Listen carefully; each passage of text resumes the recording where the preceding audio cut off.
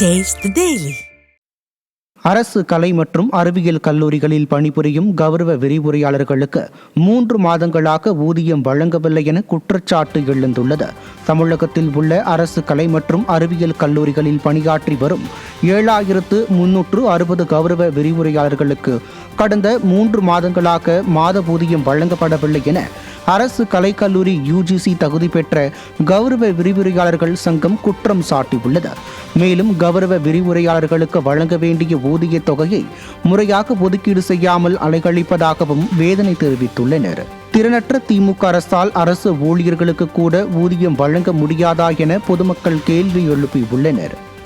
பெற்ற மகளுக்கு பாலியல் தொல்லை கொடுத்த தந்தை மீது நடவடிக்கை எடுக்காமல் போலீசார் காலம் தாழ்த்துவதாக DGP அலுவலகத்தில் புகார் அளிக்கப்பட்டுள்ளது. தஞ்சை மாவட்டம் அஜீஸ் நகரைச் சேர்ந்த சிறுமிக்கு அவரது தந்தை பன்னீர்செல்வம் பாலியல் தொல்லை கொடுத்ததாக சிறுமியின் தாயார் வல்லம் மகளிர் போலீசில் புகார் அளித்திருக்கிறார். போக்சோ வழக்கு பதிந்து 20 நாட்களாகியும் அரசு வழக்கறிஞர் தூண்டுதலின் பேரில் லட்சக்கணக்கில் பணம் பெற்றுக்கொண்டு அவர் மீது நடவடிக்கை எடுக்காமல் இருப்பதாகவும் தனக்கும் தனது குடும்பத்தாருக்கும் அச்சுறுத்தல் இருப்பதாகவும் சிறுமியின் தாயார் சென்னை DGP அலுவலகத்தில் புகார் அளித்துள்ளார். பெற்ற மகளுக்கு தந்தையே பாலியல் தொல்லை அளித்தது குறித்து அப்பா முதல்வர் நடவடிக்கை எடுப்பாரா என கேள்வி எழுந்துள்ளது.